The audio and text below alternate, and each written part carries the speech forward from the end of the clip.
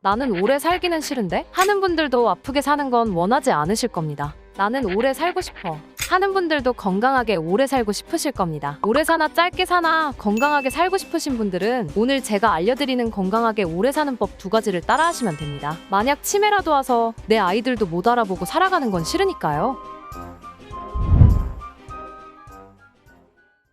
이건 노화를 연구하는 사람들도 마찬가지였는데요. 전남대 노화과학연구소장 박광성 교수님의 말에 의하면 연구 전에는 오래 살더라도 신체적으로 건강하지 못할 거라는 막연한 생각이 있었다 라고 합니다. 근데 실제 100세를 넘은 사람을 만나니 82% 이상의 사람들이 활동적이고 일상에 문제가 없는 삶을 살고 있었다고 말했습니다.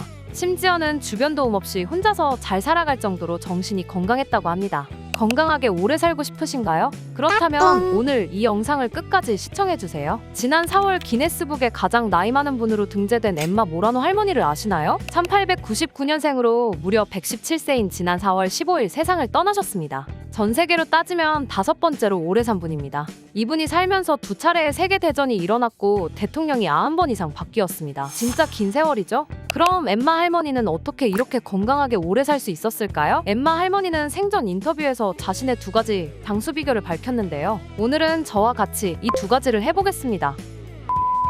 첫 번째는 바로 달걀입니다. 엠마 할머니의 115세 인터뷰에서는 나는 하루에 계란 3개를 먹는데 2개는 날달걀로 1개는 익혀 먹는다고 했습니다. 엠마 할머니가 달걀을 먹기 시작한 이유는 90년 전인 20대 시절 빈혈 진단을 받았을 때부터였는데요. 달걀은 빈혈에도 도움을 주지만 엠마 할머니가 오랫동안 치매 한 번 없이 건강한 정신으로 살게 해준 식품이기도 합니다. 달걀은 엠마 할머니뿐 아니라 아인슈타인이 가장 좋아한 음식이기도 합니다. 핀란드 대학의 한 연구소에 따르면 콜레스테롤 100mg을 매일 섭취한 사람들이 그렇지 않은 사람들에 비해 치매 발병 위험이 줄어든다고 밝혔습니다. 엥? 계란 많이 먹으면 콜레스테롤 수치가 높아져서 안 좋은 거 아니야? 라고 생각하시는 분도 계실 텐데요. 맞습니다. 근데 계란을 많이 먹는다는 게 사람마다 기준이 다르지만 하루 6개까지는 문제가 없습니다. 무엇보다 달걀에는 두뇌 활동을 발전시키는 신경 전달 물질인 콜린이 들어있는데요. 하루에 달걀을 2개 이상 섭취하면 콜린이란 아이가 기억력 향상과 치매 예방에 도움을 준다고 합니다. 대신 엠마 할머니처럼 날달걀은 모두에게 좋은 건 아니니 삶은 달걀로 먹으셔야 합니다. 엠마의 2번째 건강하게 오래 산 비결은 적게 먹는 것이었는데요. 한 연구에 따르면 건강하게 오래 산 사람들의 공통점이 적게 먹는 것이었다고 합니다.